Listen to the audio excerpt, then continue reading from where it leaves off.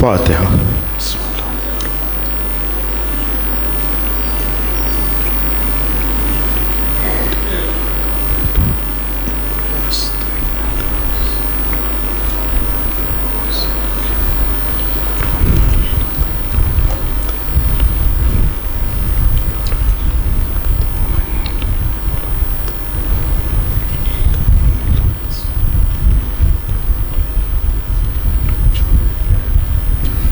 لا حول ولا قوة الا باللہ العلی العظیم۔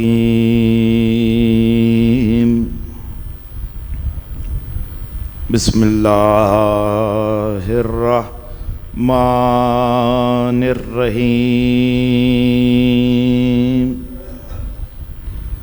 الحمد للہ رب العالمین، بارئ الخلائق اجمعین، ثم الصلاۃ والسلام والتحیۃ والاکرام علی جمیع الانبیاء والمرسلین، سیما خاتمہم وافضلہم ابی القاسم محمد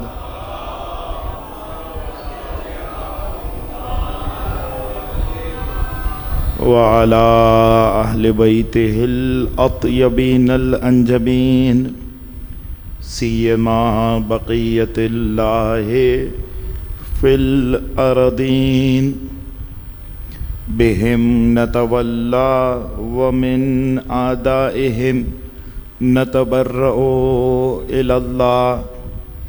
اما بعد فقال اللہ تعالی فی کتابہ المجید وفرقانہ الحمید وقولہ الحق۔ بسم اللہ الرحمن الرحیم۔ ان الدین عند اللہ الاسلام۔ صلوات۔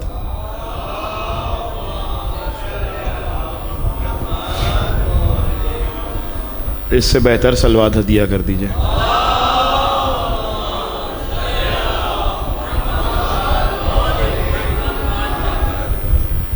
عزیزان محترم، پروردگار عالم نے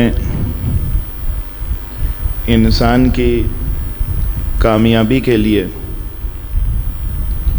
ایک بہترین آئین، دستور اور جسے ہم آج کی زبان میں کانسٹیٹیوشن کہتے ہیں، وہ انسان کے لیے بغیر مانگے ہوئے اسے دیا ہے۔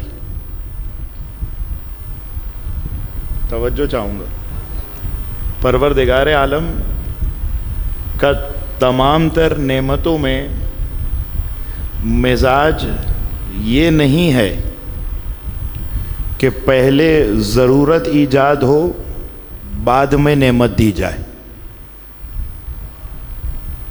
بلکہ اس کا طریقہ کار یہ ہے کہ پہلے نعمت عطا کرتا ہے، بعد میں اس نعمت سے جڑی ہوئی ضرورت ایجاد کرتا ہے۔ اس کی بہت آسان سی جو مثال ہے وہ یہ انسان کے بدن سے اور تن سے جڑی ہوئی جو ضروریات ہیں، اس میں ان ضروریات میں جو بنیادی ترین ضرورت ہے، ایک ہے تن سے جڑی ہوئی ضروریات، اور ان ضروریات میں اگر کسی کو ام الضرورات یا مادر ضروریات کہا جائے تو وہ انسان کے لیے پانی کی ضرورت ہے۔ شاید کھائے بغیر انسان کچھ زیادہ دیر جی سکتا ہے، لیکن پانی کی قلت کے بغیر، پانی کے فقدان کے بغیر، اسی لیے جب انسان روزہ رکھتا ہے تو افطار کے وقت، افطار کے دسترخوان پر وہ چیز جو سب سے زیادہ مرغوب اور سب سے زیادہ مطلوب ہوتی ہے وہ ہوتا ہے پانی۔ بلکہ میں نے تو بعض لوگوں کو یہ بھی دسترخوان پہ کہتے ہوئے سنا کہ جب ان کے لیے بہترین مشروبات رکھ دیے جائیں، جو بھی رائج مشروبات ہیں، شربت رکھ دیا، فلاں شربت رکھ دیا، فلاں شربت رکھ دیا، وہ پھر بھی کہتے ہیں پانی کی ضرورت کوئی چیز پوری نہیں کر سکتا ہے نا، یعنی شربت بھی پانی ہی سے بنا ہے۔ بلکہ عجیب بات یہ ہے کہ شربت تو ذائقے دار پانی ہے۔ انسان یہ کہتا ہے کہ مجھے افطار کے دسترخوان پر ذائقے دار پانی سے زیادہ مطلوب بے ذائقے کا پانی ہے۔ پانی میں تو کوئی ذائقہ نہیں ہے نا، ٹیسٹ لیس، اسمیل لیس، کلر لیس۔ تو انسان کے لیے جو پروردگار عالم نے بنیادی ضرورت پانی کی خلق کی ہے، انسان کو ایسا نہیں ہوا کہ پیاس لگی اور پھر انسان مارا مارا صحراؤں میں، بیابانوں میں، دشت میں، صحرا میں، افلاک میں، زمین میں، ثریا میں، پاتال میں، ہر جگہ گھوم رہا ہے کہ میں اپنی اس ضرورت کو کیسے مٹاؤں۔ جیسے ہی پیاس لگی، برابر میں پانی پیاس سے پہلے موجود تھا۔ تو پروردگار عالم نے انسان کی سعادت کے لیے مانگے بغیر انسان کو اسلام جیسا کامل ترین دین دیا ہے۔ آیا کس ذات سے ہے؟ کامل ترین ذات سے۔ آئی کیا چیز ہے؟ کامل ترین دین آیا ہے۔ تو اب یہ کیسے ممکن ہو سکتا ہے کہ جو آئے کامل ترین سے وہ آ ناقص پر جائے؟ جب آیا کامل سے ہے تو اترے گا بھی کامل ہی پر، کیونکہ آیا بھی کامل سے ہے، آیا بھی کامل ہے۔ جس کے دل پر اترے گا اس دل کو بھی کامل ترین قلب ہونا ضروری ہے۔ اسی وجہ سے پروردگار عالم نے سارے انبیاؤں کے بعد ختمی مرتبت کو بھیجا، تاکہ آدم تم جاؤ محمد کے لیے زمینہ بناؤ، ابراہیم تم جاؤ محمد کے لیے زمینہ بناؤ، موسیٰ تم جاؤ محمد کے لیے زمینہ بناؤ، عیسیٰ تم جاؤ محمد کے لیے زمینہ بناؤ۔ تم سارے محبان خدا ہو، تم سارے محبان خدا حبیب خدا کے لیے زمینہ بناؤ۔ ہے نہیں؟ ساتھ ہیں؟ تم سب محبان خدا ہو، تم سارے محبان خدا کیا کرو؟ حبیب خدا کے لیے تم سب خدا کو چاہتے ہو، اس کے لیے مقدمہ فراہم کرو جیسے خدا چاہ رہا ہے۔ لہذا پروردگار عالم نے کیا، اب یہ بعض ہستیاں اور ان کے درجات اتنے بلند ہوتے ہیں کہ خود یہ جملہ کہنا بھی کہ اس کا درجہ بہت بلند ہے، ایسا محسوس ہوتا ہے اس کی شان میں کہیں تقصیر نہ ہو جائے۔ اب ختمی مرتبت کے درجے کو ہم کیا بیان کریں؟ میں تو صرف 5ویں سرکار امام محمد باقر علیہ الصلوۃ والسلام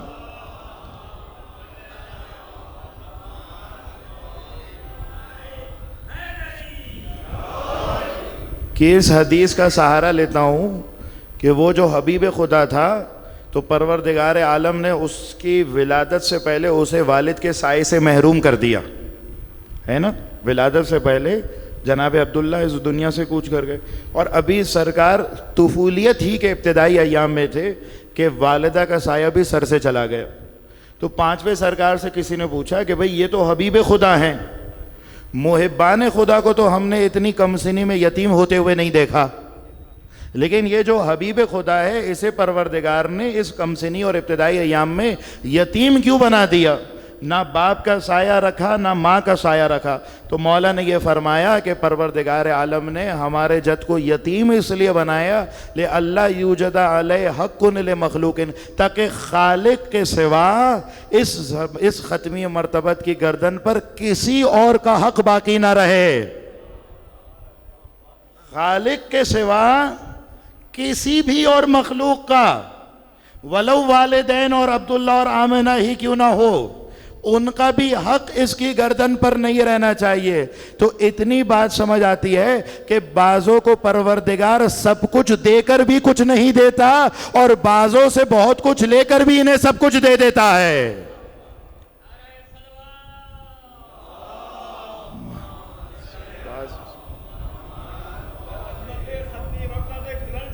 اللہم صلی. غور فرما رہے ہیں؟ بعضوں کو بہت کچھ دے کر، بلکہ سب کچھ دے کر کچھ نہیں دیتا، اور بعضوں سے لے کر بھی انہیں سب کچھ دے. اب یہ بریکٹ میں ایک بات آ گئی. عام طور پہ ہمارے یہاں کسی کو چیک کرنے کا جو معیار ہے کہ یہ آیا مقرب خدا ہے یا نہیں ہے، یہ دیکھا جاتا ہے اسے دنیا کتنی ملی ہے. اس بات سے آپ یہ بھی نتیجہ اخذ کر سکتے ہیں کہ جس کے پاس دنیاوی نعمتوں کا وفور پایا جاتا ہے، نہ یہ نعمتوں کا ہونا اس بات کی دلیل ہے کہ یہ کوئی مقرب خدا ہے، اور نہ نعمتوں کا نہ ہونا اس بات کی دلیل ہے کہ یہ بہت بڑا گنہگار خدا ہے. کیونکہ پروردگار عالم نے نعمتوں کے حساب کتاب بہت الگ رکھا ہے. لہذا پروردگار عالم نے اس ختمی مرتبت کو ان فضائل کا اوج عطا کیا، اس کی ظرفیت کی وجہ سے، ان کے اس تحمل کی وجہ سے جو ان کی ذات کا خاصہ تھا. کتنا تھا؟ اب آپ دیکھیے، میں آپ کو ایک تاریخی حقیقت بتاؤں، آپ جا کر نقشے میں بھی دیکھ لیجئے گا. مکہ مکرمہ میں ختمی مرتبت مبعوث ہوئے ہیں، ہے نا؟ بعثت کا آغاز کہاں سے ہوا؟ مکہ مکرمہ سے. تو مکہ مکرمہ آپ جانتے ہیں جو عمرے پر حج پر گئے ہیں، جو نہیں گئے پروردگار انہیں لے کر جائے، اور جو دوبارہ تمنا رکھتے ہیں پروردگار ان کی تمنا کو بھی مستجاب کرے. تو آپ دیکھیے مکہ جو ہے وہ سنگلاخ پہاڑیوں کے درمیان ایک بنا ہوا گھر ہے. سنگلاخ پہاڑوں کے درمیان بنی ہوئی ایک بستی ہے، ایک آبادی. نہ ادھر کوئی زراعت ہوتی ہے، نہ اور کوئی جو ہے وہ کھیتی باڑی کا کوئی بندوبست ہے. تو اہل مکہ کا جو گزر بسر ہوا کرتا تھا وہ خالصتاً تجارت پر تھا. اچھا، تجارت کے لیے پہلے صنعت کا ہونا ضروری ہے. صنعت میں پیداوار ہو تو پھر آپ اس پروڈکٹ کو تجارت کی صورت میں لے کر جائیں گے. تو وہاں پر تو کوئی صنعت نہیں تھی، زراعت بھی نہیں تھی، تو اب کیا لے کر جائیں؟ تو آپ اگر نقشے میں جا کر، میپ میں جا کر دیکھیے گا کہ حجاز جو ہے وہ یمن اور شام کے درمیان میں ہے نا؟ ساتھ ہے میرے؟ حجاز آپ دیکھیے نقشے میں شام اور یمن کے درمیان ہے. یمن حجاز کے جنوب میں ہے اور شام حجاز کے شمال میں ہے. شام تھا روم کا تجارتی اڈا اور یمن تھا ایران کا تجارتی اڈا. تو اس زمانے میں جو اہل مکہ کا جو گزر بسر ہوا کرتا تھا وہ اس طریقے سے تھا کہ وہ جنوب میں جاتے تھے تو ایران کے جو پیداوار تھی وہ یمن سے اٹھا کر اسے لے جاتے تھے شام میں، روم میں پہنچانے کے لیے، اور روم کی جو صنعتی اور زراعتی پیداوار تھی وہ دمشق سے، شام سے اٹھا کر اسے مکہ سے، حجاز سے گزرتے ہوئے یمن پہنچا دیتے تھے تاکہ وہاں سے پھر سپلائی لائن ایران کی طرف پہنچتی تھی. تو یمن تھا ایران کا تجارتی مرکز اور شام تھا روم کا تجارتی مرکز. تو جناب ابو طالب ختمی مرتبت کو کم سنی میں جب ایک مرتبہ شام تجارتی کاروان کے لیے لے کر گئے تو وہاں پر ایک دیر تھا، دیر کہتے ہیں خانقاہ کو، آج کے زبان میں خانقاہ. خانقاہ میں جو رہتا تھا اسے کہتے تھے راہب. تو اس راہب کا نام تھا بحیرہ. جب ایک مرتبہ بحیرہ نے دیکھا کہ ایک حجاز سے کاروان آ رہا ہے، اور کاروان تو ہمیشہ آتے رہتے ہیں، لیکن اس دفعہ کاروان کے اندر ایک الگ برکت ہے جو اسے نظر آ رہی ہے. تو اس نے کہا کاروان کا رئیس کون ہے؟ کہا گیا کہ جناب ابو طالب کاروان کے اس تجارتی قافلے کے سرپرست ہیں. کہا میں تم سب کاروان والوں کو چاہتا ہوں کہ تم آج کا کھانا میرے دیر میں آ کر، میری خانقاہ میں آ کر کھانا. اب سب آئے. ایک مرتبہ راہب نے پوچھا کہ کیا ابھی بھی کوئی کاروان سے رہ گیا ہے؟ تو کہا گیا ہاں، ایک نوخیز نوجوان ہے جو ہمارا سامان زیتون کے درخت کے نیچے سنبھال رہا ہے. کہا میں نے سب کو بلایا تھا تو اسے بھی آنا چاہیے. اب اسے بھی لائے گئے، ختمی مرتبت آئے.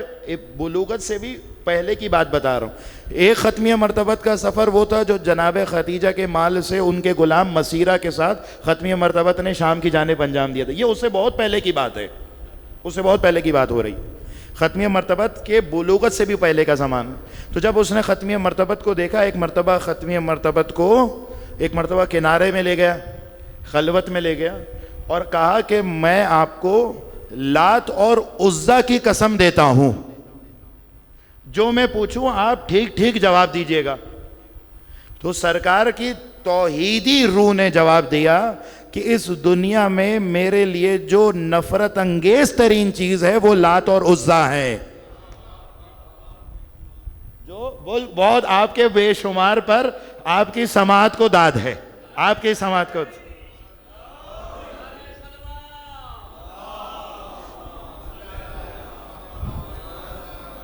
یہ میں ان بزرگوار کو اس لیے داد دے رہا ہوں کیونکہ انہوں نے یہ بات سن رکھی ہے کہ دو طرح کے لات اور عزیٰ تھے. ایک اسلام سے باہر کے لات اور عزیٰ تھے اور ایک اسلام کے اندر کے لات اور عزیٰ تھے.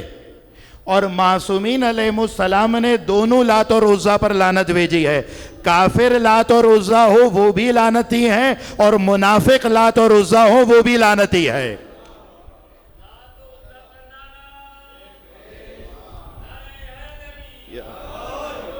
ہے نا, ساتھ ہیں آپ لوگ میرے. تو ایک مرتبہ ختمیہ مرتبت نے کہا کہ مجھے جو لات منفور ترین چیز ہے میرے لیے وہ لات اور عزیٰ ہے. تو کہا میں آپ کو یگانہ خدا کی قسم دیتا ہوں, آپ سے جو پوچھوں آپ جھوٹ نہ کہیے گا. اب ختمیہ مرتبت نے مکالمہ اتنا دلچسپ ہے, میں بہت مفصل واقعات بیان کرنے کا عادی نہیں ہوں لیکن یہ بیان کر رہا ہوں. جب اس نے کہا کہ میں آپ کو یگانہ خدا کی قسم دیتا ہوں کہ آپ جھوٹ نہ کہیے گا, تو سرکار نے کہا کہ میرے خون میں جھوٹ نہیں ملا ہوا,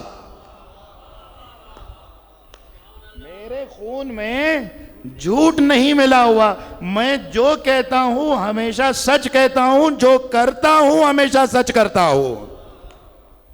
لہذا مجھ سے جو پوچھنا ہے پوچھ لے. تو اس نے کہا کہ آپ کو کیا پسند ہے؟ ختمیہ مرتبت نے کہا مجھے خلوت پسند ہے, عزلت پسند ہے. کہا جب آپ خلوت میں ہوتے ہیں تو کیا دیکھنا پسند کرتے ہیں؟ کہا میں آسمان اور آسمان پر جو جڑے ہوئے ستارے ہیں انہیں دیکھتا ہوں.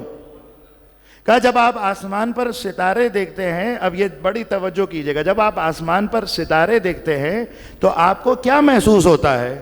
کہا جب میں آسمان کی بلندیوں پر ستاروں کو دیکھتا ہوں تو مجھے ایسا لگتا ہے جیسے یہ ستارے میرے دامن پر پڑے ہوئے موتیوں کی مانند ہے. اب توجہ کیجئے گا کہ وہ جو ہمارا عرش ہے وہ ختمیہ مرتبت کی دامن کی گرد نظر آتا ہے. تو اب سوچئے جس ختمیہ مرتبت کے لیے ہمارا عرش فرش بن جائے تو اس ختمیہ مرتبت کا عرش کتنا بلند ہوگا, اس ختمیہ مرتبت کا عرش کتنا بلند ہوگا. تو آپ دیکھ لیجئے معراج کے واقعے میں ختمیہ مرتبت ام ہانی کے گھر میں تھے, ہے نا. ام ہانی مولا متقیان کی ہمشیرہ ہیں, جناب ابو طالب کی بیٹی ہے. ام ہانی کے گھر پہ تھے, پروردگار نے معراج پر بلایا. پہلے بیت المقدس گئے, بیت المقدس سے ساتویں آسمان سے گزر کے چھٹے آسمان سے گزر کے پانچویں آسمان سے گزر کے چوتھے آسمان سے گزر کے تیسرے آسمان سے گزر کے دوسرے سے پہلے سے سدرۃ المنتہا. اب یہاں ہر مرحلے اور ہر قدم تک جبرائیل ساتھ چل رہے تھے, لیکن جیسے ہی ختمی مرتبت سدرۃ المنتہا سے قدم آگے بڑھانے لگے, اب دیکھا کہ جبرائیل تو آگے نہیں بڑھ رہے. کہا جبرائیل اب تک تو تم میرے ساتھ چل رہے تھے, اب کیوں نہیں چل رہے؟ تو جبرائیل نے کہا تھا کہ اے سرکار لو دنوت انمولتن لاحترقتو, اے سرکار اگر میں انگلی کا ایک پور بھی آگے بڑھ جاؤں تو میں عرصے وجود سے عدم کا حصہ بن جاؤں گا. اگر میں یہاں سے ایک پور بھی انگلی کا آگے بڑھوں تو میرے دائرہ وجود سے میں عدم میں چلا جاؤں گا. تو آپ مجھے یہ جملہ کہنے کی اجازت دیجیے گا کہ وہ نبی عیسیٰ جس کا مقام اتنا بلند ہے اس کا عرش ہمیں ختمی مرتبت کے مقام کا فرش نظر آتا ہے. یہ مقام ہے ختمی مرتبت کا, یہ ولایت ہے ختمی مرتبت کی, یہ عظمت ہے ختمی مرتبت کی. تو اب یہ حدیث نہیں ہے, یہ جملہ جو میں کہہ رہا ہوں جو مشہور جملہ ہے کہ جس میں ختمی مرتبت سے منسوب کیا جاتا ہے کہ علماء امتی افضل من انبیاء بنی اسرائیل, کہ میری امت کے علماء بنی اسرائیل کے انبیاء سے افضل ہیں. اب ایک تعبیر یہ ہے افضل من بنی اسرائیل, اور دوسری تعبیر یہ ہے کہ علماء امتی کا انبیاء بنی اسرائیل, میری امت کے علماء بنی اسرائیل کے نبیوں کی مانند ہیں. اب کیا مساوی اور برابری کی نسبت لی جائے اور کیا افضلیت کی نسبت لی جائے؟ صحیح ہے, تھوڑا میرے ساتھ رہیے گا. کیا دونوں صورتوں میں یہ بات, پھر میں کہہ رہا ہوں حدیث نہیں ہے, لیکن ہر بات کا حدیث ہونا ضروری بھی نہیں ہے. توجہ چاہتا ہوں, یہ بات حدیث نہیں ہے لیکن ہر بات کا حدیث ہونا بھی ضروری نہیں ہے, کیونکہ ہم نے علی ولی اللہ حدیث ہونے کی وجہ سے قبول نہیں کیا ہے. کیونکہ اگر علی ولی اللہ صرف حدیث ہونے کی وجہ سے قبول کیا ہوتا تو یہ تعلق ہوتا عقیدت کا, لیکن ہم نے علی ولی اللہ کو عقیدت سے بڑھ کر حقیقت کی وجہ سے قبول کیا ہے. لہذا ہر حقیقت کا قالب اور پیرائے حدیث میں آنا ضروری نہیں ہے. اب آپ دیکھ لیجئے نا, یہ 2 + 2 4 ایک مسلمہ قضیہ ہے نہیں ہے, تو کیا یہ حدیث ہے؟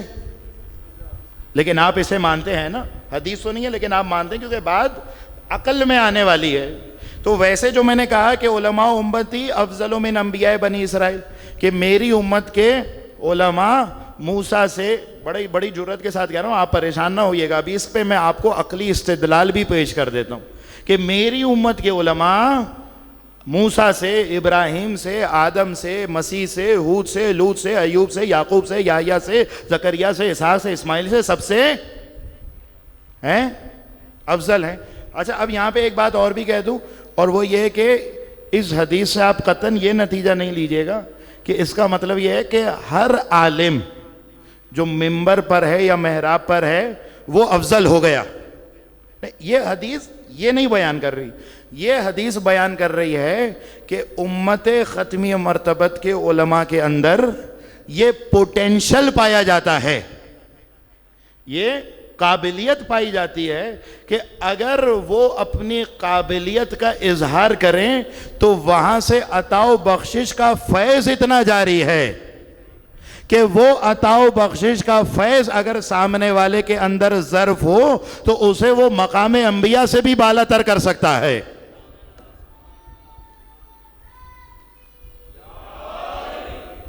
ساتھ ہیں میرے؟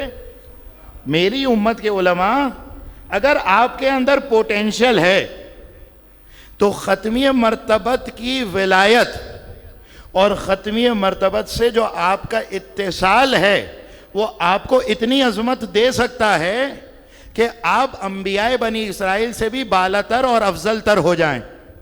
ہے نا, یہ حدیث صرف پوٹینشل کو بیان کر رہی ہے. تو اب یہ کیسے ہو گیا؟ لوگ تعجب کرتے ہیں کہ قبلہ آپ نے ختمی مرتبت کے علماء کو, ہم تو مولا متقیان پر بحث کر رہے تھے, آپ نے تو اس امت کے علماء کو بھی انبیاءوں سے افضل بنا دیا.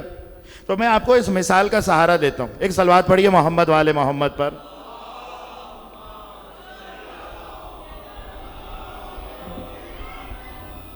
بھئی دیکھیے, توجہ کیجئے گا, 2 صاحب ہیں, ایک کا نام الف رکھ لیجئے, ایک کا نام بے رکھ لیجئے, مثال سمجھانے کے لیے.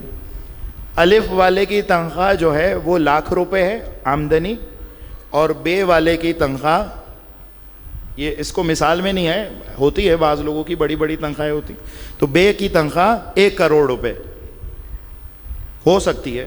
میں آج سے بہت سال پہلے کی بات کر رہا ہوں, ابتدائی تبلیغی ایام کے, تبلیغی زندگی کا ابتدائی ایام تھے. ایک علاقے میں مجلس پڑھنے کے لیے گیا, تو ایسے ہی باتوں میں ایک صاحب نے ان سے پوچھا جو میزبان تھے کہ آپ کی تنخواہ کتنی ہے؟ تو انہوں نے اس وقت کہا تھا کہ میری تنخواہ, بہت سال پہلے کی بات کر رہا ہوں, انہوں نے کہا تھا میری تنخواہ ₹6,00,000 ہے. اب ₹6,00,000 تو آج بھی ایک بہت زیادہ بڑی رقم سمجھی جاتی ہے نا تنخواہ کے طور پہ, لیکن 6 لاکھ سے زیادہ تعجب کے لیے ہماری یہ بات تھی جب ان سے پوچھا کہ آپ کا مشغلہ کیا ہے, کام کیا کرتے ہیں, تو انہوں نے کہا میں ٹی ٹیسٹر ہوں, میں جو ہے وہ چائے کی کمپنی میں چائے چکھتا ہوں. چائے چکھتا ہوں کس بات کی؟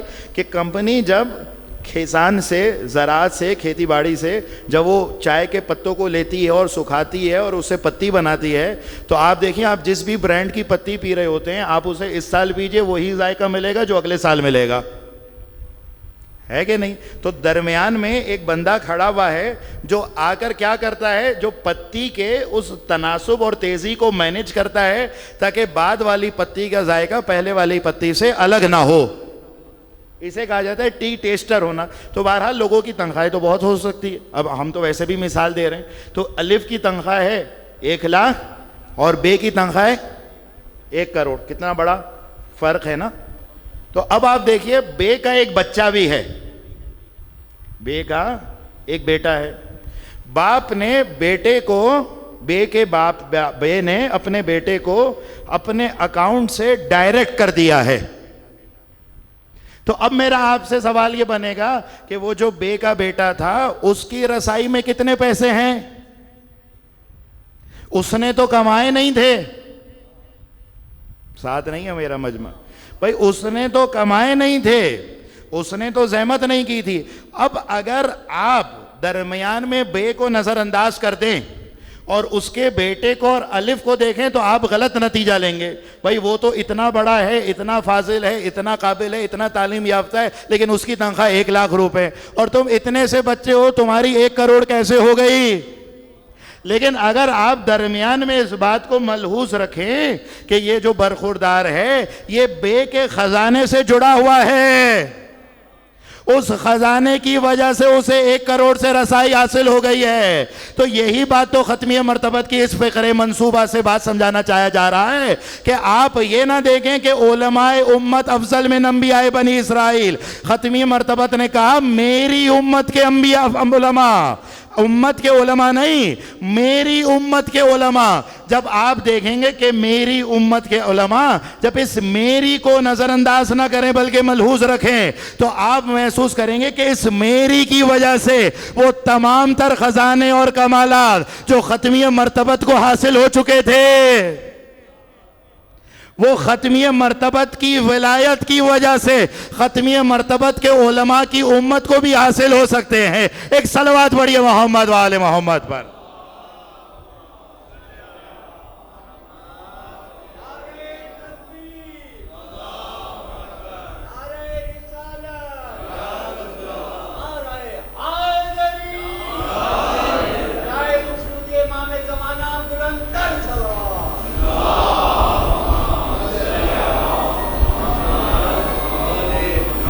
اللہ کرے میں بات پہنچا پایا ہوں. آپ علماء امت کو نہ دیکھیں, علماء امتی, یہ جو یا لگی ہے اس کا مطلب ہے میں, میری امت کے علماء. تو جب بچہ اپنے باپ کے خزانے سے جڑ جائے, اکاؤنٹ ایک ہو جائے, تو پھر ممکن ہے اس نے کمایا نہ ہو لیکن باپ کی سرپرستی کی وجہ سے اسے وہ تمام تر کمالات مل جائے جو باپ کو حاصل ہوئے تھے. تو عیناً اسی طریقے سے امت ختمیہ مرتبت جب علماء امتی جب ختمیہ مرتبت کی ولایت میں ہے, جب ختمیہ مرتبت سے جڑی ہوئی ہے تو اسے وہ تمام تر کمالات حاصل ہو سکتے ہیں جو ختمیہ مرتبت کو حاصل تھے. تو اب آپ دیکھیے میں موازنہ کر رہا تھا, ایک جانب رکھا تھا ختمیہ مرتبت کو, رسول کو, اور دوسری جانب رکھا تھا علماء امت رسول کو. تو اس رسول کا فیض علماء امت رسول کے لیے اتنا جاری ہے کہ اگر تمہارے اندر ظرف ہو تو یہ تمہیں انبیاء بنی اسرائیل سے بھی افضل بنا سکتا ہے نا. یہ ہے رسول, یہ ہے علماء امت رسول. تو وہ رسول جو علماء امت رسول کو اتنا نوازتا ہو, وہ نفس رسول کو کتنا نوازے گا؟ وہ رسول جو علماء امت رسول کو اتنا نواز رہا ہو, وہ جب نفس رسول کو نوازنے پر آئے, جب خود رسول کو نوازنے پر آئے, جب جان رسول کو نوازنے پر آئے, بھائی علماء امت رسول اور رسول کے درمیان غیریت تھی. غیریت اس لیے تھی کیونکہ دو اس لیے تھے کیونکہ درمیان میں فرق تھا، لیکن جب رسول اور نفس رسول کے درمیان فرق سمٹنا شروع ہو جائے تو پھر دینے والی ذات ہی لینے والی ذات بن جائے گی، اور لینے والی ذات ہی عطا کرنے والی ذات بن جائے گی۔ تو پھر رسول نے نفس رسول کی ظرفیت کی بنیاد پہ اسے کتنا بخشا ہوگا، اسے کتنا عطا کیا ہوگا۔ تو اسی لیے تو آپ نے یہ حدیث کا جملہ سنا ہے نا کہ علی کا چہرہ دیکھنا عبادت ہے۔ یہ فقرہ تو آپ نے سرکار کی حدیث کا سب نے سنا ہوگا، 12 سنا ہوگا، علی کا چہرہ دیکھنا عبادت ہے۔ لیکن حدیث کا تکملہ بھی سن لیجئے، حدیث کا تکملہ یہ ہے کہ علی کا چہرہ دیکھنا عبادت ہے، علی کو دیکھنا عبادت ہے، علی کا تصور کرنا عبادت ہے، علی کا ذکر کرنا عبادت ہے۔ حدیث پڑھ رہا ہوں میں، حدیث پڑھ رہا ہوں، حوالے اور سند کے ساتھ پڑھ رہا ہوں۔ علی کا ذکر کرنا عبادت ہے، علی کا ذکر سننا عبادت ہے، علی کے فضائل لکھنا عبادت ہے، علی کے لکھے ہوئے فضائل کو دیکھنا عبادت ہے۔ آپ نے نہ جانے کیسے سن لیا علی کا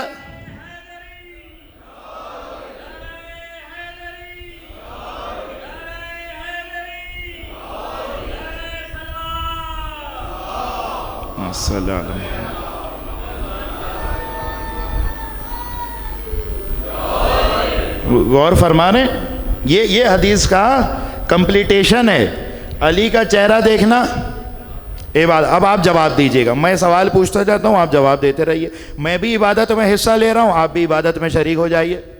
تو علی کا چہرہ دیکھنا، علی کا تصور، علی کا ذکر، ذکر سننا، فضائل سننا، فضائل لکھنا، لکھے ہوئے فضائل کو دیکھنا عبادت ہے۔ ہاں یہ بات تو ہو گئی نا۔ تو اب یہ میرا جملہ وصول کر لیجئے گا، یہ دیکھیے جب کانوں نے علی کے فضائل سنے تو کانوں کی عبادت ہو گئی، جب زبان نے علی کے فضائل پڑھے تو زبان کی عبادت ہو گئی، جب کانوں نے علی کے فضائل سنے تو کانوں کی عبادت ہو گئی، جب ذہنوں نے علی کا تصور کیا تو ذہن کی عبادت ہو گئی، جب آنکھوں نے علی کو دیکھا تو آنکھوں کی عبادت ہو گئی۔ تو بس علی اور غیر علی کا فرق یہ ہے کہ دوسرے عبادت کرتے ہیں، علی عبادت بناتے ہیں۔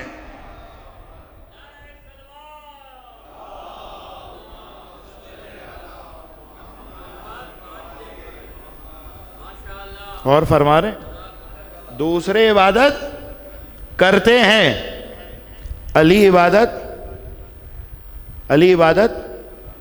بناتے ہیں۔ یہ فرق تو سمجھ آ گیا نا۔ تو اب تصور کیجئے رسول نے نفس رسول کو کتنا عطا کیا ہوگا۔ تو اسی وجہ سے تو سارے انبیاء کے کمالات، حدیث نہیں پڑھ رہا، بارہا آپ نے سنی، بس یہ جملہ کہہ کے اپنی بات سے جوڑ رہا ہوں کہ سارے انبیاء کے کمالات جو پروردگار عالم نے منتشر طور پر انبیاءوں کو دیے تھے، وہ سارے فضائل پروردگار عالم نے متحد ہو کر ایک ذات علی ابن ابی طالب کو دے دیے۔ نہیں دیے؟ کیسے دیے؟ خود میرے مولا ساسا کو فرماتے ہیں، ساسا ابن سوہان مولا کے صحابی ہیں، آپ ان کے بھائی کی مسجد میں، مسجد سہلا کے چند گز کے فاصلے پر مسجد زید بن سوہان ہے، تو یہ زید بن سوہان کے بھائی ہیں، ساسا بن سوہان جلیل القدر صحابی ہیں۔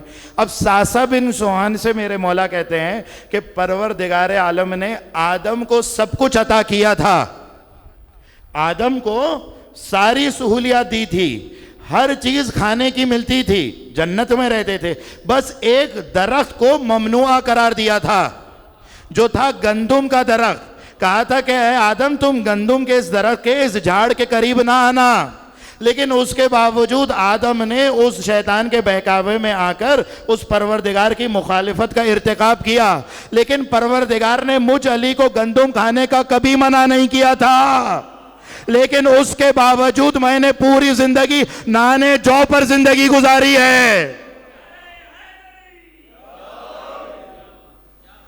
ساتھ ہے آدم کو اللہم صل،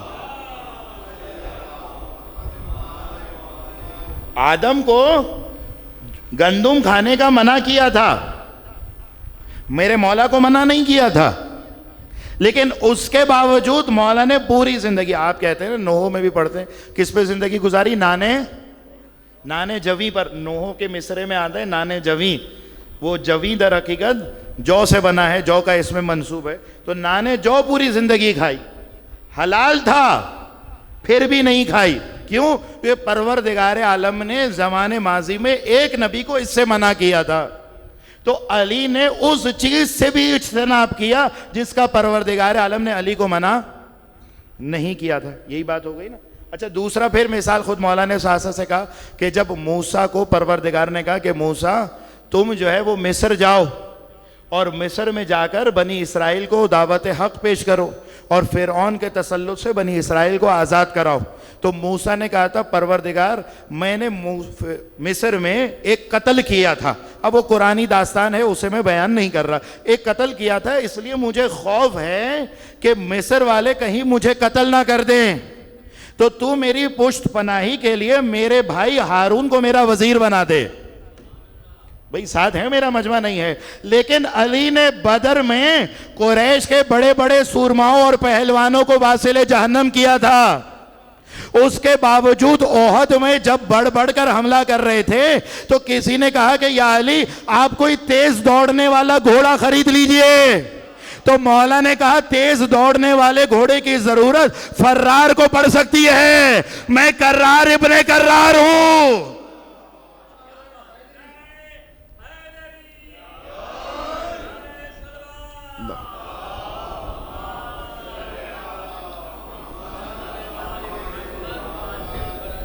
ہیں کس کو ضرورت پڑ سکتی ہے؟ فرار کو پڑ سکتی ہے. میں کرار ابن کرار ہوں، مجھے اس کی ضرورت نہیں ہے. لہٰذا اب آئیے ابراہیم کی نسبت بہت تیزی سے میں بتا رہا ہوں. ابراہیم نے پروردگار سے کہا تھا اللہ یا ربی ارنی کیف تحیی الموتیٰ اولم تؤمن بل لیطمئن قلبی.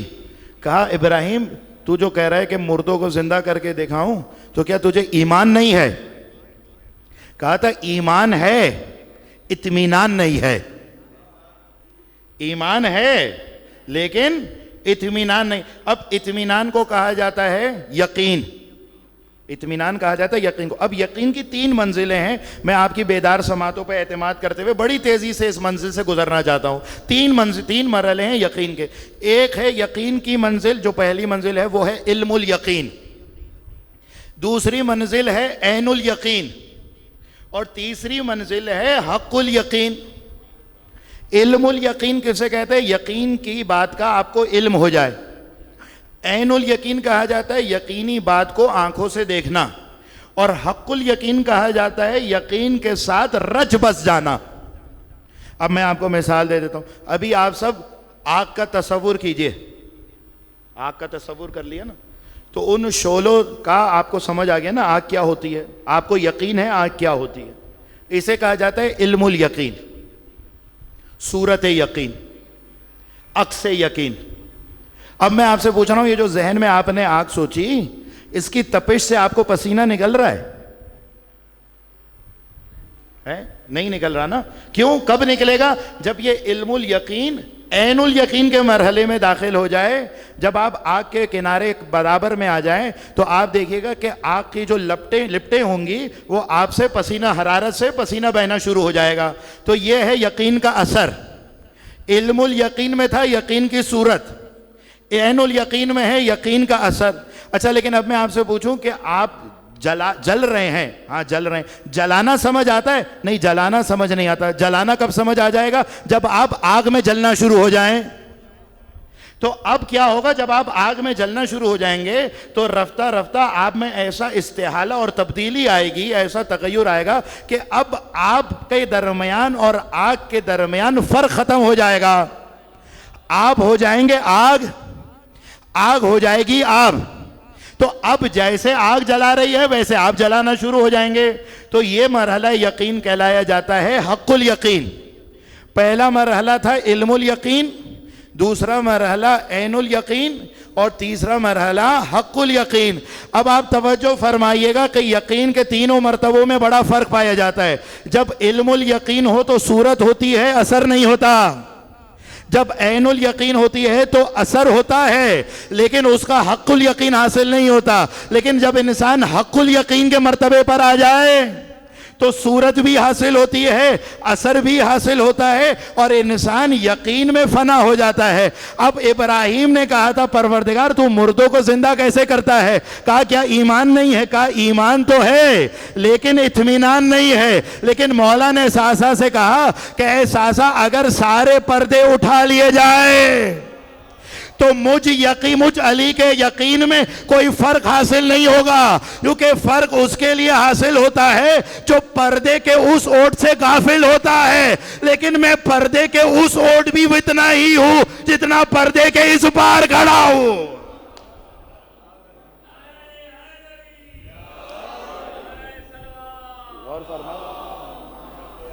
غور فرما رہے, میں پردے کے اس پار بھی وہ اتنا ہی ہوں جتنا پردے کے اس پار. اب جب ساسا نے پوچھا اس لیے میں کہہ رہا ہوں, نقل قول کر رہا ہوں. ساسا نے کہا کہ آپ افضل ہیں یا ختمی مرتبت افضل ہیں؟ اب ختم مولا متقیان نفس رسول ہے, رسول کی ولایت میں ہے, نفس رسول ہے, وہاں سے فیض جاری ہے, یہاں پر ظرف کامل درجے پر پایا جاتا ہے. جب مولا سے کہا کہ آپ افضل ہیں یا ختمی مرتبت افضل ہیں تو مولا نے کہا انا عبد من عبید محمد, میں محمد کے غلاموں میں سے ایک غلام ہوں, میں محمد کے غلاموں میں سے ایک غلام ہوں. تو آپ دیکھیے یہ کیسا مرتبہ حاصل ہوا. ہر مقام ختمی مرتبت پر میرا مولا ساتھ ساتھ نظر آتا ہے. ہمیں بھی یہ مرتبہ چاہیے. کیا کریں؟ کم از کم اتنا کریں کہ انسان اس بات پر راضی رہے. یہ جو قلب میں رضایت یا عدم رضایت کا احساس ہوتا ہے نا, اب آج کا زمانہ ہمارا معاشرہ ایسی کساوت کی گرفتاریوں میں مبتلا ہوا ہے کہ ہم زبان سے تو کچھ کر نہیں سکتے, ہاتھ سے بھی کچھ کر نہیں سکتے جب زبان سے نہیں کر سکتے, لیکن آہستہ آہستہ معاشرتی مسائل دیکھ کر ہمارا دل بھی ایسا سیاہ ہو چکا ہے کہ اب دل میں بھی رضایت یا عدم رضایت کا کوئی احساس ہے. ایسا ہے یا نہیں ہے؟ حقیقت ہے یا نہیں؟ معاشرے میں, ہمارے شہر میں, ہمارے ملک میں, ہمارے عالم میں کیسی کیسی پریشانیاں ہیں, کیسی کیسی گرفتاریاں ہوتی ہیں, کیسے کیسے گناہ سرزد ہوتے ہیں. انسان دل سے بھی ان سے رضایت یا عدم رضایت نہیں کر پاتا. اتنے ہم غافل ہیں. اپنی بات کر رہا ہوں, آپ غافل نہیں ہوں گے, میں تو غافل ہوں. لہٰذا مولا متقیان کیا کہنا چاہ رہے ہیں؟ 8ویں سرکار امام علی رضا علیہ الصلوۃ والسلام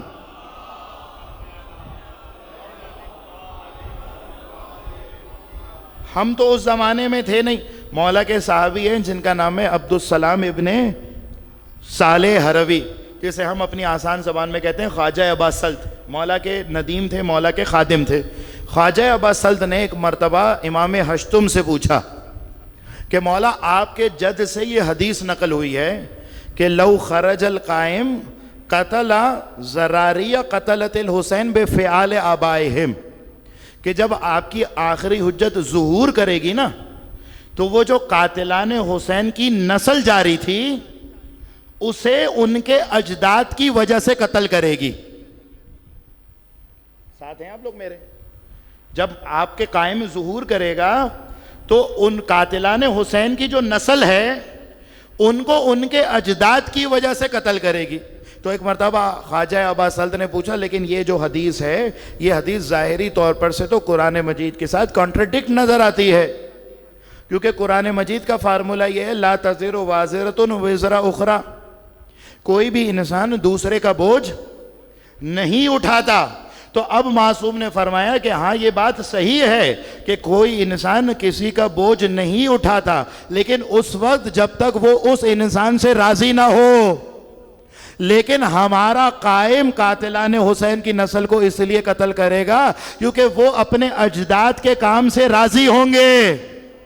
تو جو بھی انسان جس کے کام سے راضی ہو جائے وہ اسی کے جرم میں اتنا ہی برابر کا شریک ہے جتنا انجام دینے والا شریک تھا. ساتھ ہیں آپ لوگ میرے؟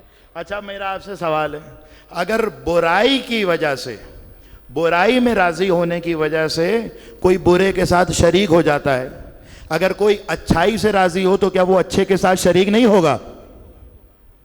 جب برائی سے راضی ہونے کی وجہ سے برے کے ساتھ وہ انسان شریک ہو جاتا ہے, تو اگر کوئی اچھائی کے ساتھ راضی ہو تو کیا وہ اچھے کے ساتھ شریک نہیں ہوگا؟ اب یہاں پر بھی میں آپ کو مولا کی حدیث سنا دیتا ہوں. جب مولا متقیان جنگ صفین سے, نہج البلاغہ, جب جنگ صفین سے واپسی آ رہے تھے تو مولا نے ایک پیر سے معذور انسان کو زمین پر روتا ہوا دیکھا. کہا تو رو کیوں رہا ہے؟ کہا مولا میں رو اس لیے رہا ہوں کیونکہ میرا ایک چچا زاد بھائی ہے اور وہ بڑا خواہش مند تھا کہ جنگ صفین میں آپ کی رکاب میں آپ کے ساتھ جہاد کرتا اور شہادت نوش فرماتا, لیکن وہ حالات کی وجہ سے آپ کے ساتھ نہ ہو سکا. تو مولا نے کہا کہ خدا کی قسم قیامت تک آنے والا ہر انسان جو جنگ صفین میں میرے موقف میں میرے ساتھ راضی تھا وہ میرے اس لشکر میں میرے ساتھ شامل تھا. توجہ چاہوں گا. اچھا میں ایک مثال اور دے دیتا ہوں. زیارت وارثہ میں آپ کیا پڑھتے ہیں؟ کیا پڑھتے ہیں؟ اللہم لن اللہم لن قومن قتلک, وہ قوم جس نے آپ کو قتل کیا اس پر بھی لعنت, جس نے آپ کے قتل کی بنیاد فراہم کی اس پر بھی لعنت, اور کون سی قوم پر لعنت؟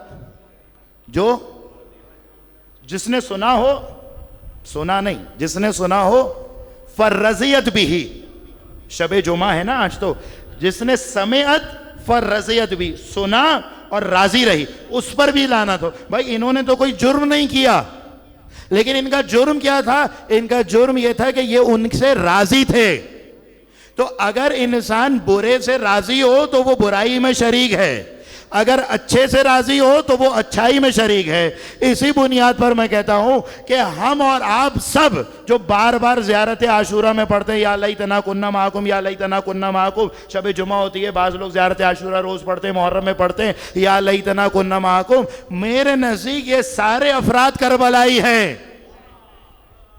اس کی بنیادی وجہ یہ ہے کہ کربلا, ہمیشہ یہ میرا جملہ یاد رکھے گا کہ کربلا کو جو انسان صرف ایک دن عاشور 61 ہجری میں محدود کرتا ہے وہ کبھی بھی کربلا کی معرفت حاصل نہیں کر سکتا.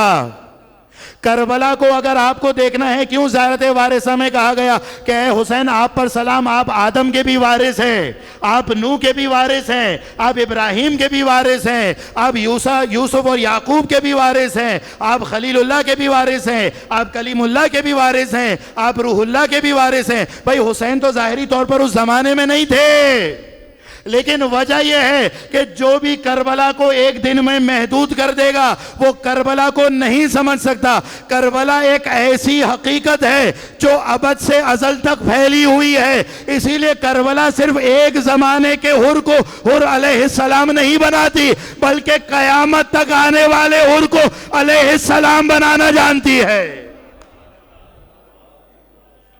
غور فرما رہے ہیں؟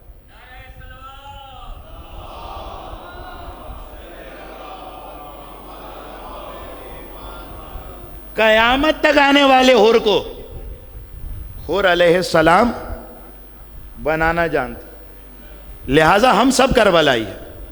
جو بھی یہ خواہش رکھتا ہے, جو انسان یہ اس بات پر راضی ہے کہ اگر میں بھی کوفہ میں ہوتا, کاروبار ہوتا, بیگم بچے ہوتے, بیوہ ہونا ہوتا بیگم کو, بچوں کو یتیم ہونا ہوتا, رشتہ داروں کے تانے تشنے بھی سہنے پڑتے. اب آپ کی کیا بات کروں, اپنی بات کرتا ہوں. مجلس کی بکنگ تھی, مولا نے کہہ دیا حل من ناصر ینصرنا. اگر میں اس بات کے لیے راضی ہوں کہ اپنی مجلس کی بکنگ, جو بہت بڑے منتظم کی مجلس تھی, پیسے بھی زیادہ ملیں گے, سامعین بھی زیادہ ہوگی, تبرک نیاز بھی زیادہ ہوگا, بہت واہ واہ چرچا ہوگا, سب کچھ ہوگا, اگر چھوڑنے کے لیے میں راضی ہوں تو میں بھی کربلا میں موجود تھا کیونکہ میں ان سے راضی تھا. ہے نا, ساتھ ہیں آپ لوگ میرے, کیونکہ میں ان سے راضی تھا. اب یہ دیکھیں کتنی ستم ظریفی ہے کہ بعض لوگ آ کر کہتے ہیں کہ کربلا کا کوئی مقصد نہیں تھا.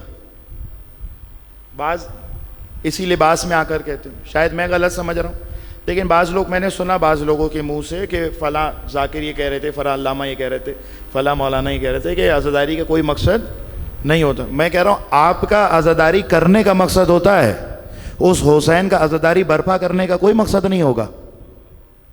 آپ اپنے گھر سے تشریف لائے اس عزاخانے میں, مسجد میں, آپ نے ایک کام مقصد کے بغیر نہیں کیا, تو اتنی عقل کے قائل تو حسین ابن علی کے لیے بھی ہو جانا چاہیے نا.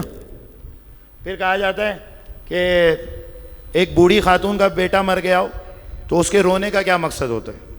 یہ کتنا ظلم ہے شہزادی کونین کی ذات پر, کتنا بڑا ظلم ہے کہ ہم واقع کربلا جیسے عظیم واقعے نہیں, عظیم ترین واقعے کو صرف آ کر ایک احساساتی پیرائے میں آ کر تجزیہ اور تحلیل کریں اور کہیں کہ ہمارے رونے کا مقصد کیا ہے. جس طریقے سے ایک بوڑھی خاتون رو رہی ہوتی ہے ہمیں بھی بس ویسے رو لینا چاہیے. یہ بات درست ہے, امام کی جانب سے یہ بات آئی ہے کہ جب تم ہمارے جد کے مصائب پر رویا کرو تو ایسے رویا کرو جیسے کوئی ضعیفہ اپنے جوان لال پر روتی ہے. یہ کہا گیا, اس کی نفی نہیں کر رہا ہوں, یہ عزاداری کی شدت اور رقت کو بیان کرنے کے لیے کہا گیا ہے. لیکن جب مقصد عزاداری کی بات کی جائے تو آپ ابھی کچھ دنوں بعد زیارت اربعین میں پڑھیں گے, انشاءاللہ کراچی میں نہیں پڑھیں گے تو کربلا میں پڑھیں گے, کربلا میں نہیں پڑھیں گے تو کراچی میں پڑھیں گے, جس میں مولا سٹے سرکار نے امام کے بارے میں کیا کہا, فآزر فی الدعا وبذل النصح وبذل موجتہ فیک لیستنقذ عبادک من الجہالت والضلالت, کہ اے ابا عبداللہ میں گواہی دیتا ہوں کہ آپ نے کربلا میں جو کچھ تھا آپ کے دامن میں صرف اس لیے لٹایا تاکہ قیامت تک آنے والے انسان کو جہالت سے نکالا جا سکے. یہ تو آپ زیارت اربعین میں پڑھیں گے بھی, آپ دیکھ لیجئے معصوم کی زبان اطہر سے یہ زیارت صادر ہوئی. تو معصوم فرما رہے ہیں کہ کربلا کا کیا مقصد ہے, مولا نے کیوں کربلا کی, تاکہ انسانی سماج کو جہالت سے نکالا جائے. اگر حسین کربلا برپا نہ کرتے تو ممبر پر خدا کی قسم کھا کر کہہ رہا ہوں, یہ جو ابھی آپ نے عشاء کی اذان سنی نا ہمارے اہل سنت بھائیوں کے گلدستہ اذان سے, جس میں کہا گیا اللہ اکبر اشہد ان لا الہ الا اللہ اشہد ان محمد رسول اللہ, ممبر پر حلفاً کہہ رہا ہوں اگر حسین ابن علی نے قربانی نہ دی ہوتی تو یہ جو ظاہر لا الہ الا اللہ رہ گیا, خدا کی قسم یہ بھی باقی نہ رہتا. حلفاً کہہ رہا ہوں, ظاہر, روح اذان نہیں. روح اذان مکمل نہیں ہو سکتی جب تک اعلان ولایت نہ کر لیا جائے, لیکن وہ جو ظاہر اذان ہے نا وہ بھی باقی نہیں رہتا اگر حسین نے یہ کام نہ کیا ہوتا. لہٰذا یہ کہنا کہ عزاداری کو کہاں پر آ کر تولیں, جیسے ایک بوڑھی خاتون کا بچہ مر گیا ہو ویسے ہی عزاداری کر لی جائے. تو بوڑھی خاتون کا جب بچہ مر جائے تو کیا وہ خاتون سیاہ لباس پہنتی ہے, وہ بڑے بڑے علم بلند کرتی ہے, وہ سڑک پر آ کر سبیریں لگاتی ہے, وہ سڑک پر آ کر یا حسین کہتی ہے, وہ اپنے بچے کا تعزیہ تابوت علم برآمد کرتی ہے؟ یہ سب کیوں کیا جا رہا ہے؟ کیونکہ حسین کی عزاداری میں احساساتی پہلو ضرور ہے. نوجوان دوست اس جملے پر غور کریں, بڑا میں آپ کو نٹ شیل جملہ دے رہا ہوں. حسین کی عزاداری میں احساساتی پہلو ضرور ہیں, لیکن احساساتی پہلو وہ نہیں ہیں جو دل سے جڑے ہوئے ہوں, بلکہ وہ احساساتی پہلو ہیں جو عقل انسانی سے جڑے ہوئے ہیں. اسی وجہ سے آپ دیکھ لیجئے وہ یزید ابن معاویہ ابن ابی سفیان تو مر کھپ گیا, لیکن بعد میں اس منصب پر آنے والے جتنے بھی یزید آئے انہوں نے کہا کبھی ہل چلا لو حسین کی قبر میں, کبھی کہا زائروں کے ہاتھ کاٹے جائیں گے, کبھی کہا یہاں پر پانی کا ریلا برسا دیا جائے. ابھی میں تو آپ کو اپنے بچپنے کی بات کروں, اپنے بچپنے کا بتا رہا ہوں. جب ہم کربلا گئے تھے ملعون صدام کے زمانے میں, اب صدام کو ملعون کہنے پہ تو کوئی مسئلہ نہیں ہے نا, ہے زمانہ ایسا ہو گیا ہے کہ اگر آپ نے سوال بھی کر لیا نا تو آپ کو بھی 5 دن کے لیے جسمانی ریمانڈ پر لے جایا جائے گا. تو اب تو زمانہ ایسا ہو گیا. تو بھائی صدام کے زمانے میں مجھے یاد ہے صرف ایک جماعت کو, چھوٹی جماعت کو محض پیسے کی بنیاد پر ماتم کرنے کی اجازت تھی. ایک چھوٹی جماعت کو, اب نام نہیں لے رہا یہاں سے, چھوٹی جماعت پیسے کی بنیاد پر پیسے دیتے تھے, بھر بھر کے ڈالر دیتے تھے وہاں کے جو خدام اور انتظامیہ, انہیں ماتم کرنے کی اجازت تھی. انہیں اس لیے ماتم کرنے کی اجازت تھی کیونکہ ان کے یا حسین سے صدام کو خطرہ نہیں تھا. ان کے یا حسین سے میں نام نہیں لے رہا، ان کے یا حسین سے، کوئی بھی یا حسین یا عباس، ان کے یا حسین سے صدام کو کوئی خطرہ نہیں تھا. لیکن جو دیگر افراد تھے، جیسے ہی آپ نے سینے پر ہاتھ رکھا فوراً وہ خادم آ جاتا تھا. آپ نے بھی بہت ساروں نے اگر اس وقت زمانے میں کربلا گئے ہوں تو یہ زمانہ دیکھا ہوگا. تو یہ سارے جو بعد والے یزید بھی آئے، یہ کیا وجہ ہے کہ کربلا سے اتنا خوف زدہ رہے؟ بھئی وہ یزید تھا، اس زمانے میں حسین تھا، اس زمانے کا حسین چلا گیا، اس زمانے کا یزید چلا گیا، تم کیوں اتنا خوف زدہ ہو؟ کیونکہ وہ بھی جانتا ہے جو منصب پر بیٹھا ہوا یزید ہے کہ وہ یا حسین جو حسین ابن علی نے 61 ہجری میں کہا تھا، اس نے صرف اس زمانے کے یزید کو نہیں للکارا تھا، بلکہ قیامت تک آنے والے ہر یزید کو للکارا ہے، ہر یزید کو للکارا ہے. دلیل دے دوں، بس بہت بات لمبی ہو گئی، دلیل دے دوں اور مصائب مختصر. دلیل یہ ہے کہ آپ جتنے بھی معصومین کے حرم میں چلے جائیے، مشہد چلے جائیے، آج مشہد کی کوریج ہو رہی تھی، کل آپ نے نجف اشرف دیکھا ہوگا، 4 اماموں کے تو قبر پہ سایہ نہیں ہے. آپ کاظمین چلے جائیے، سامرہ چلے جائیے، تو سارے اماموں کے حرم پر جو پرچم آویزاں ہوتا ہے سوگ بڑھ جانے کے بعد، وہ سبز ہوتا ہے. سارے اماموں کو جا کر دیکھیں، مولا متقیان کا نہیں دیکھے گا، ابھی یاد آیا، ان کے گنبد پر ستارہ نقش ہے، تو وہ بھی ہٹا دیں. بقیہ جتنے بھی امام ہیں، کاظمین، سامرہ، مولا عباس، مشہد مقدس، سب اماموں کے حرم میں سبز پرچم، سوگ بڑھ جانے کے بعد سبز پرچم آویزہ ہوتا ہے. لیکن واحد امام حسین ابن علی ہے جس کے گنبد پر سوگ بڑھ جانے کے بعد سبز پرچم آویزہ نہیں ہوتا، بلکہ سرخ پرچم آویزہ ہوتا ہے. اس سرخ پرچم آویزہ ہونے کی مطلب اور استعارہ اس بات کا ہے کہ ابھی تم نے حملہ کیا تھا، وہ تمہاری جانب سے یلغار تھی، ابھی ہمارا حملہ باقی ہے. بھئی آپ نے کون سا حملہ لینا ہے؟ آپ نے کون سا حملہ کرنا ہے؟ آپ کو یزید نے قتل کیا تھا، حرملہ نے قتل کیا تھا، خولی نے قتل کیا تھا، شمر نے قتل کیا تھا، پیسر آس نے قتل کیا تھا. بھئی سب سے بدلہ تو مختار نے لے لیا، اب آپ کس انتقام کی بات کر رہے ہیں؟ تو ہم یہی جواب دینا چاہ رہے ہیں کہ حسین کے خون کا قصاص ایک یزید کا مرنا نہیں، بلکہ قیامت تک آنے والی ساری یزیدیت کا مرنا ہے. جب تک ایک یزید بھی باقی ہے، حسین کا قصاص باقی ہے.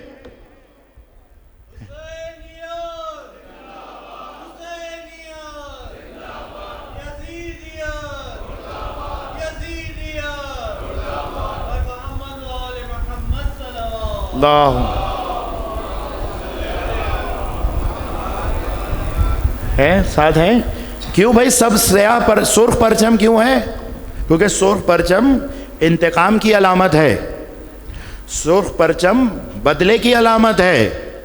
وہ آپ نے یلغار کی تھی، ہمارا حملہ باقی ہے. ہم کب حملہ کریں گے؟ ہمارے حجت کو، ہمارے قائم کو ظہور کرنے دو. کیسے حملہ کریں گے؟ ایک یزید کو ماریں گے؟ نہیں، یزید کو نہیں ماریں گے، یزید کو نہیں ماریں گے. حسین کا قصاص یزید کیسے ادا کر سکتا ہے؟ حسین کا قصاص یزید بن کیسے سکتا ہے؟ جس کے بارے میں آپ زیارت میں پڑھتے ہیں، بار بار زیارت کے فکرے ذہن میں آ رہے ہیں شب جمعہ کی وجہ سے. السلام علیکہ یا سار اللہ وابنا، ہمارا سلام ہو اس پر. ایک ترجمہ یہ ہے کہ ہمارا سلام ہو اس پر جو خدا کا خون تھا، اور دوسرا ترجمہ یہ ہے ہمارا سلام ہو اس پر جس کا خون بہا صرف اور صرف خدا لے سکتا ہے، صرف خدا لے سکتا ہے. کیسے خدا نہ لے؟ حسین کے دامن میں جو کچھ بھی تھا حسین نے اسے راہ خدا میں دے دیا. جو کچھ بھی تھا، جو کچھ بھی تھا. حسین کے دامن میں ایک 6 مہینے کا بچہ تھا، حسین نے راہ خدا میں دے دیا. حسین کے پاس ایک 13 برس کا نوجوان تھا، حسین نے اس کا سراپا بھی پامال ہونے کی زد میں دے دیا. لیکن عجیب بات یہ، ابھی میرے بھائی نے نوحہ سلام پڑھا، نوحہ پڑھا. عجیب بات یہ ہے کہ کربلا کا جب بھی کوئی شہید حسین سے اجازت لینے کے لیے آتا نا تو حسین منع کر دیا کرتے. جب عباس اجازت لینے کے لیے آئے، کہا عباس تم تو میرے لشکر کے علمدار ہو، اجرکم علی اللہ. اجرکم، تمہیں کیسے جانے دو؟ جب قاسم اجازت لینے کے لیے آئے، کہا کہ قاسم تم تو میرے بھیا حسن کی نشانی ہو، میں جب بھی اپنے بھائی حسن کو دیکھنا چاہتا ہوں اے قاسم میں تجھے دیکھ لیا کرتا ہوں۔ قاسم کو اجازت نہیں دی۔ جب حور آئے، کہا حور تو میرا مہمان ہے، کچھ دیر تو مجھے حق میزبانی ادا کرنے دے دینا۔ لیکن کربلا کا واحد شہید علی اکبر ہے، جب اپنے بابا سے اجازت لینے کے لیے آیا، حسین نے فوراً کہا تقدم ولدی، بیٹا آگے بڑھو، نانا رسول اللہ تمہارا استقبال کریں گے۔ اجرکم علی اللہ، اجرکم علی اللہ۔ آپ کی صدائیں بلند ہو گئی۔ دیکھیے آج جمعرات ہے نا، شب جمعہ ہے، آج کی رات منع کیا گیا ہے کہ جب کوئی کربلا میں زائر آئے تو علی اکبر کے مصائب نہ بڑھے۔ اس کی وجہ یہ بیان کی گئی ہے کہ جب جمعرات شب جمعہ آتی ہے تو وہ جو حسین کی دکھیاری آتی، وہ جنت البقیع سے کربلا آ جاتی ہے، اور جب بھی کوئی زائر آ کر علی اکبر کے مصائب پڑھتا ہے تو اس ماں سے سہا نہیں جاتا۔ اجرکم علی اللہ، اجرکم علی اللہ۔ میں بس مقتل تو مولا کا پڑھ نہیں سکتا، بس میں آپ کو ایک چند وصیتیں بیان کرتا ہوں۔ جب ابراہیم اسماعیل کو ذبح کرنے کے لیے لے کر گئے تھے نا، تو اسماعیل نے 8 وصیتیں اپنے بابا سے کی تھی۔ میں چند وصیتیں بیان کرتا ہوں۔ ایک مرتبہ اسماعیل نے ابراہیم سے کہا کہ بابا جب تو چھری میرے گردن پہ رکھنا شروع کر تو اپنے آنکھوں پر پٹی باندھ لینا، میں نہیں چاہتا کہ جب میری گردن سے خون کا ابال آنا شروع ہو تو تیرے عزم میں فرق آ جائے۔ کہا دوسری وصیت یہ ہے کہ بابا جب تو مجھے ذبح کرنے لگ تو میرے پیر رسیوں سے باندھ لینا، کہیں میری ایڑیاں رگڑنے سے تیرے عزم میں فرق نہ آ جائے۔ اور تیسری وصیت یہ ہے کہ بابا میرا خون آلود کرتا میری ماں ہاجرہ کے لیے لے جانا تاکہ اس کو ڈھارس مل جائے۔ اجرکم علی اللہ، اجرکم علی اللہ۔ ارے میں کہوں گا اسماعیل ذرا آ کر کربلا دیکھو۔ جب کربلا میں علی اکبر گھوڑے سے گرے، ایک مرتبہ آواز دی یا بتا،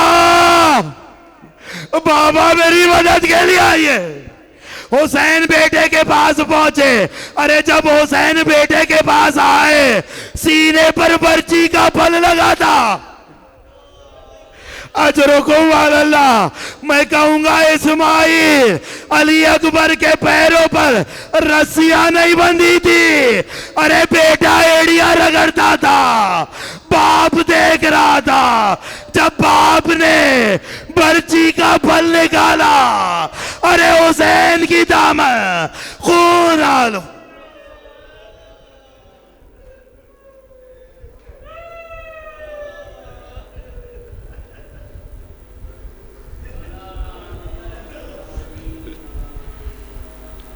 الا لعنت اللہ علی القوم الظالمین فسیعلم الذین ظلموا ای منقلب ینقلبون۔ پروردگار ہمارے آنسوؤں کو رومال جناب زہرا میں جگہ نصیب فرما۔ پروردگار ہمارے توسل کو اپنی بارگاہ میں قبول و منظور فرما۔